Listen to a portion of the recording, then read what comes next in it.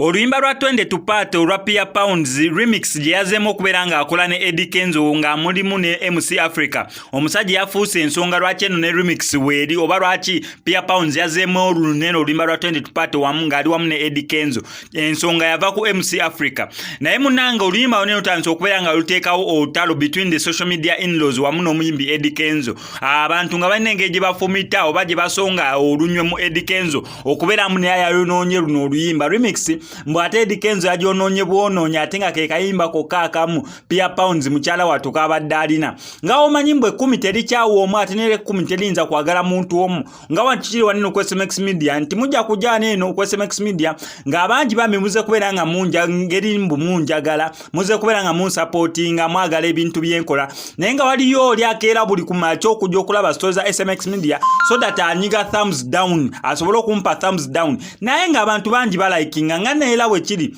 ne ku luyimba lwa EDDY KENZO bantu bangi bavuddeyo okubeera nga bagamba oluyimba hit kubanga babadde lubamaze dde okufuuka hit. Peer Pounds yafulumya oluyimba lunene nsubira ayiseewo mwaka nga gumu oba ebiri. So remix okugenda okubeera nga bagikola kyava ku TikTok. MC Africa ali alina akantu ke kazingaawo mu mpolampola yeetuulidde katebe n'agenda agamba It's Friday 20 TUPATE abantu ne bakaagala nnyo ku TikTok. Oluvannyuma lw'okubeera nti baakaagala nnyo MC Africa ya meetinga Peer Pounds ne bagenda ne bamitingako ne EDDY KENZO subira vibe n'ebaawo ne bagamba omanyi tukole remix y'akano akayimba twongere okukawa life ne vibe ey'amaanyi. Webati oluyimba ne balukola remix nga mulimu EDDY KENZO ne mubeeramuko ne MC Africa. Omusajja afuuka ensonga lwaki akakayimba bakazzeemu kati akayimba kamala okubeera nga bakareleasinga abantu bagamba kye tubadde tusuubira si kye tufunyeemu naddala ku muyimbi EDDY KENZO kubanga ye Peer Pounds almost byonna byonna bye yayimba mukana akayimba mu remix byali ne mu luli oli oluyimba olwasooka so nga EDDY KENZO alina suula mukola lines ezimu naye omwana yavuddeyo na postinga na commentinga ku kifaananyi kya EDDY KENZO ekyo mbo Banange bannayuganda atate bannayuganda gwentya oda ba trending ekyo ekifaananyi kya EDDY KENZO oluvannyuma lw'okwonoona oluyimba lwa Peer Pounds EDDY KENZO watunuulira Peer Pounds nengamba bannange kivako ki gamazima kiri nti oluyimba lwo lulungi video remix eno video nayo nungi esingako ne ku video eri yasooka so nze nganze omuntu ndaba nga akayimba kalungi naye nga wenkugambye 10 terinza kwagala omu ate ne 10 terinza kukyawo omu so mulimu abantu abalala bakifudde omugano baba bali mu ku frontlining sa EDDY KENZO yayonoonye oluyimba lwa Peer Pounds ate baminga Peer Pounds ke kayimba kabadde alina kokka neewuunya nno akayimba ko ka trending akali mu kubeera nga kamuvinga naye waneno we mbagambira amanyi g'akana akasajja ke bayita ka Diamond Platnumz yakoze ekintu kyesitalabanga ko ku YouTube channel bako social media yonna gamazima nasose kyaba wa Diamond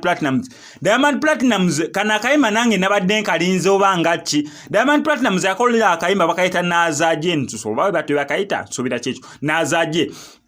audio nefuluma naye omusajja yareleasinze video within 1 minute ng'abantu abasuka mu 200 bamaze okubeera nga balabye video nenti omusajja ono yakubye ku screenshot nga mu ddakiika emu over 2k views nga zamaze okubeera nga registeringa nyenza okubeera nga nkola screenshot ey'okubeera nga nkola eno story ng'abantu already zasusse dda mu million neŋŋamba ya rabbi kyokka neno ng'omuyimbi gwe tulina akyasinza okuba buzi 1 million naddala ku YouTube buli video yomanya enotuuka 1 million ya EDDY KENZO naye nga 1 million ya EDDY KENZO egenda tuuka either nga wayiseewo weeks 3 ku mwezi